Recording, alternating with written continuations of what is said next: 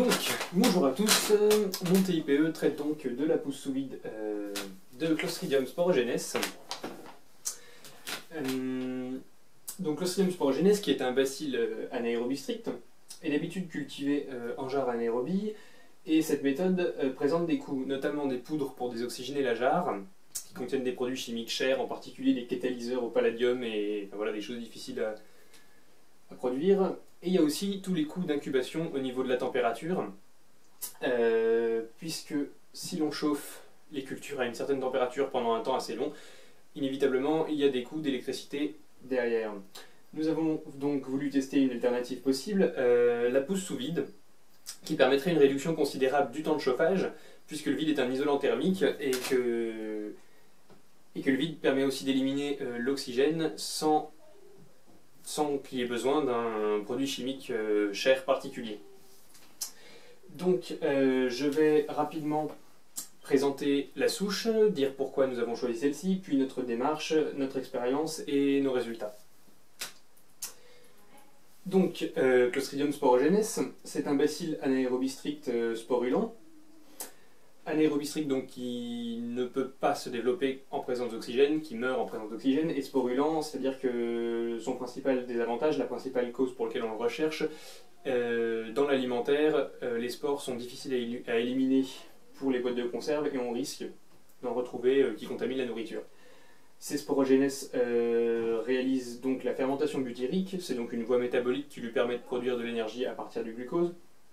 Il formera donc de l'acide butyrique, du CO2 et de l'hydrogène à partir du glucose. Ça, c'est la réaction équilibrée. En réalité, on se rend compte qu'il y a de l'acétate de produit, puisqu'une partie de l'acétyl-CoA utilisée pour former l'acide butyrique est en fait transformée en ATP, utilisée pour produire de l'ATP en formant de l'acétate. Donc du coup, on a une réaction pas vraiment équilibrée. Donc oui, ses principales caractéristiques métaboliques, c'est d'être catalase+, lactose+, GAS+, H2S+. Donc voilà, pas vraiment difficile à cultiver si ce n'est justement pour l'anaérobiose. Il est thermorésistant, sa température optimale de pousse est de 41 degrés, mais il peut survivre bien plus haut. Donc voilà, il n'y a vraiment que l'anaérobiose qui le rend assez difficile à cultiver. Habituellement, on le cultive sur gélose TSC, donc c'est la gélose qui est utilisée pour la recherche de Clostridium perfringens, c'est celui de la gangrène, ou plus généralement sur gélose aux enfrais, un milieu enrichi, c'est ce que nous allons faire ensuite dans notre expérience. Donc, pourquoi nous avons choisi Clostridium sporogenes? Parce que c'est la seule souche anaérobie stricte qui est, comme je l'ai dit tout à l'heure, commensale, c'est-à-dire qu'on en a de toute façon dans nos intestins. Je ne l'ai pas dit tout à l'heure. Oui, Clostridium sporogenes est présent dans la nature, dans l'intestin des animaux, des humains, dans l'eau de lac, les sédiments marins, les boues, le sol, le fumier, etc. Donc on en a partout, et il ne sécrète pas de neurotoxines, contrairement à la quasi-totalité des autres Clostridium. Et de toute façon, c'était la seule souche anaérobie qu'il y avait au labo. Donc nous avons choisi celle-ci. Notre protocole, donc, dans notre cas d'expérience de pousse sous vide, ah non, je ne vais pas parler de ça. Oui, donc, on utilise, pour ce faire, d'habitude, donc on utilise des jarres de Buver, donc ce qu'on appelle jarre de Buver, c'est une jarre anaérobie, un récipient en fait hermétique qui va permettre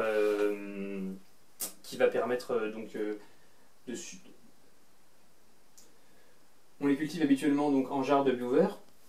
La jarre de Buver est un récipient hermétique dans lequel on va supprimer le dioxygène à l'aide d'une poudre. Une poudre constituée notamment de borohydrure de sodium qui génère de l'hydrogène, de bicarbonate de sodium et de citrate qui vont générer du CO2. Donc les principales poudres sont Gaspac de Biomérieux ou Anaerobic System de Dicton. Et ces poudres contiennent notamment un catalyseur à base d'aluminate de palladium, donc truc facile à trouver. Et elles ont aussi pas mal d'inconvénients, les jarres en polycarbonate qui se déforment au fil des serrages des couvercles.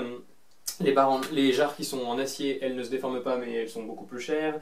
Les barrettes de fermeture des sachets qui doivent être changées régulièrement. L'hydrogène qui est dégagé se combine souvent avec l'oxygène pour former de la vapeur d'eau. Du coup, il y a de la vapeur d'eau sur les parois, il y a de la vapeur d'eau dans les boîtes, ça souille les cultures, etc. Et le catalyseur, lui aussi, est recouvert d'eau, donc sa surface de contact avec l'atmosphère diminue, donc son efficacité diminue. Il faut le régénérer, enfin voilà, il y a quand même pas mal de désavantages à la jarre, donc la méthode de culture habituelle. Notre protocole, donc nous avons utilisé pour notre pousse sous vide des géloses au sang, donc voilà, un milieu enrichi avec du sang de mouton, pH neutre, rien de particulier à signaler. Oui, donc comme vous pouvez le voir, donc nous avons notre pompe à vide qui est reliée à la cloche à vide, dans lequel nous avons un calorimètre qui va protéger les boîtes de pétri qui sont à l'intérieur des échanges de chaleur par contact avec le socle de la cloche et des échanges de chaleur par radiation. Donc voilà, les boîtes sont dans le calorimètre qui est dans la cloche à vide.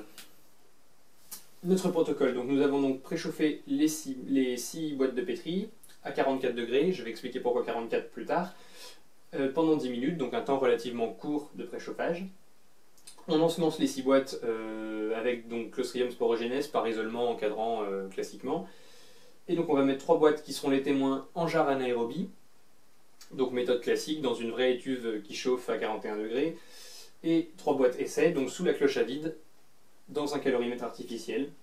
On fait le vide dans la pompe et on incube donc les deux à 48 on incube 48 heures, donc dans un cas chauffé à 41 degrés, dans l'autre normalement il n'y a pas besoin. Dans le cas de la pompe à vide, il faut penser à refaire le vide assez souvent. J'ai essayé de le refaire toutes les 3 heures. Expérimentalement, on a mesuré que le vide tenait à peu près pendant 6 heures dans la cloche. Après, c'était plus possible, l'oxygène était vraiment rentré. Donc voilà, le matériel n'est pas parfait, il faut refaire le vide dans la cloche à vide. Et puis à l'issue des 48 heures, on peut donc dénombrer sur nos boîtes les colonies obtenues par les 2 types de méthodes pour ensuite comparer les méthodes. Alors au niveau de la théorie, qu'est-ce qui se passe? J'ai expliqué ça dans la fiche de TIPE. Notre système est adiabatique, il a un volume constant, donc il n'y a pas d'échange d'énergie avec l'extérieur, et donc selon le premier principe de la thermodynamique, du qui vaut delta Q plus delta W, du vaut 0, ici parce que delta Q vaut 0, pas d'échange de chaleur avec l'extérieur, et delta W, pas de travail particulier de force mécanique avec l'extérieur. Donc voilà, dQ vaut 0, delta Q pardon, vaut 0, il n'y a pas d'échange avec l'extérieur. Et alors si on appelle delta QB la chaleur qui rentre dans les boîtes et delta QP la chaleur qui rentre dans le polystyrène, la somme de l'un plus de l'autre vaut 0, donc l'un est l'opposé de l'autre en fait. Et ensuite, selon le second principe de la thermodynamique, puisque on a un système isolé, son entropie ne peut qu'augmenter. Donc ds, qui est la somme de ds pour le polystyrène plus le ds des boîtes, va être positif. Par définition, ds ça vaut delta Q sur T. Donc delta QP sur T plus delta QB sur T est positif. Quand on sait que delta QB c'est moins delta QP, on peut factoriser. Et comme la température des boîtes est supérieure à la température comme la température des boîtes est supérieure à la température du polystyrène, ça veut dire que delta QB est négatif, donc que delta QP est positif. Donc ça nous permet de montrer que la chaleur elle va sortir des boîtes et rentrer dans le polystyrène. Donc c'est ce qu'on appelle l'inégalité de Clausius. Donc ces transferts de chaleur, ils obéissent à la loi qu'on utilise en calorimétrie, MI fois CI fois T moins TI, donc T la température d'équilibre, TI la température initiale, vaut donc QI le transfert de chaleur. Et comme on sait que la somme de ces transferts ne varie pas, puisqu'il n'y a pas de transfert avec l'extérieur, la somme des QI vaut 0, donc la somme des MICI, T moins TI, vaut 0. Quand on tourne l'équation pour obtenir T, on a donc la température d'équilibre qui vaut somme des MICI TI sur somme des MICI. Et donc pour chaque constituant de notre système, connaissant les masses qu'on a pesées avant la manipulation et les capacités calorifiques, pour les boîtes de pétri, j'ai pris celle du polystyrène cristal, pour la gare j'ai pris celle de l'eau, et pour le calorimètre, donc c'est du polystyrène expansé. On peut remplacer les valeurs dans l'équation, et on obtient donc une équation affine de la température d'équilibre en fonction de la température initiale. Donc une équation affine. Quand on la trace, ça donne ça. Notre but à nous est d'obtenir une température d'équilibre de 41 degrés, qui est donc la température optimale de pousse de Clostridium sporogenes. Donc voilà, en retournant simplement l'équation de la fine, on trouve donc une température initiale de 317 Kelvin, donc le choix d'incubation à 44 degrés vient de là, est justifié. C'est-à-dire que si on préchauffe à 44 degrés, quand les transferts d'équilibre, les transferts de chaleur seront faits, nos boîtes seront à 41 degrés, la température optimale. Au niveau de nos résultats, dans les jarres, donc les boîtes témoins sans problème, la culture s'est passée comme prévu, on obtient effectivement une croissance des clostridiums. Pour ce qui est du vide, nous obtenons des traces de pousse, même pas interprétables comme des colonies, donc a priori c'est raté. Ce qui s'est passé tout simplement à mon avis, c'est que le vide n'ayant pas pu être refait entre 19h45 et 6h15, puisque je n'avais pas accès au labo pendant la nuit, ça ne m'aurait pas dérangé de venir mais c'était fermé. Le vide donc n'a pas été fait pendant plus de 6 heures, donc l'oxygène est venu dans la boîte et a manifestement tué toutes les bactéries. Donc une solution qui aurait pu être possible, ça aurait été de faire tourner la pompe à vide en continu. Ça aurait donc permis d'éliminer en continu l'oxygène et qu'il n'y aurait pas de réaugmentation de pression. Et j'ai pensé plus tard aussi, ça permet aussi d'éliminer le CO2 et l'H2 produits par la fermentation butyrique, parce que si notre bactérie produit du gaz, on n'est plus dans le vide, donc ça marche pas. J'y ai pensé qu'après. Donc, quelle conclusion on peut tirer de nos manipulations? Finalement pas grand chose. Les radicaux libres de l'oxygène sont capables de tuer toutes les bactéries en 5 heures d'oxygène en 5 heures seulement. Bon, c'est une mec conclusion, mais c'est mieux que rien. Et donc, voilà, la méthode en jarre présente pas mal de désavantages, mais elle fonctionne.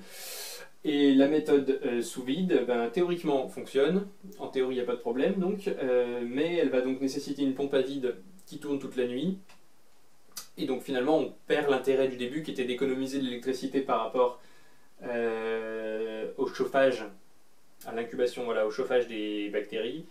Donc il faudrait ensuite mesurer la consommation de courant entre 24 heures d'incubation et 24 heures de pompe à vide, mais je pense pas qu'on soit vraiment gagnant. Au niveau du prix du matériel, ça dépend de la gamme, mais ça se vaut environ entre les deux méthodes. Donc bon, nous n'avons pas fait mieux que la jarre, mais il fallait essayer. Et ce sera tout. Donc au niveau de nos sources, Wikipédia, plusieurs pages internet également sur la culture de bactéries anaérobies et sur le métabolisme de Clostridium sporogenes, notamment la fermentation butyrique.